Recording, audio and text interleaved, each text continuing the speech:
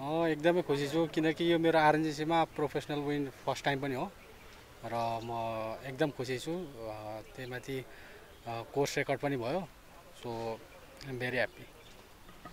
4 दिनको रेकर्डमा भन्दाखेरि मेरो गेममा मैले फोकस गरेको थिएँ मेरो हिटिङ पनि एकदम राम्रो भयो, प्लस पटिङले पनि धेरै साथ दियो योपालि।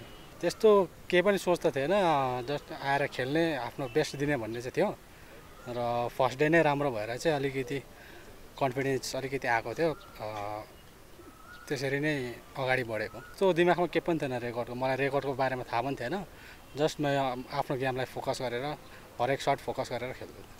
हस्टेलमा टेकअप गर्दाखेरि त्यस्तो मैले प्रेसर त केही पनि लिएको थिएन, जस्ट सक्दो आफ्नो सर्ट चाहिँ फोकस गरेर खेलिरहेको थिएँ। बट उयसमा 1, 2, 3, 4मा राम्रो पट भयो, त्यसपछि अलिकति गेमको अलिकति राम्रो रिदम भयो, त्यसरी अलिक सजिलो भयो गेम खेल्न।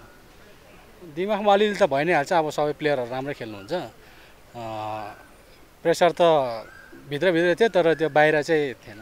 नर्मल आफ्नो सर्टमा फोकस गरेर हरेक सर्टमा सेम रुटिन गरेर खेलिरहेको थिएँ।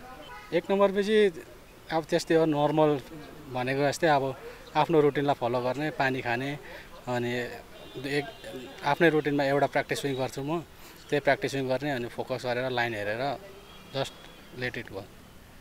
डोमेस्टिक टुर सधैँ स्पेसल नै हुन्छ, यहीँबाट अब स्टार्ट गरेको हो। अहिले फेरि ब्याक भएर खेल्नु पाउँदाखेरि एकदम खुसी छु म। प्लान अब त्यस्तो अब खासै केही छैन, अब यो लास्ट म्याच खेल्ने, त्यसपछि फेरि फिटनेसमा ध्यान दिने, अनि त्यही अलि फिटनेसमा ध्यान दिने, अनि सक्दो धेरै कोर्स चाहिँ खेल्छु भन्ने नै छ, फिटनेसमा ध्यान। कार्ड रिटर्न गर्ने भन्ने त सोचेको छुइनँ, अब आफूले सक्दो बेस्ट दिएर खेल्ने।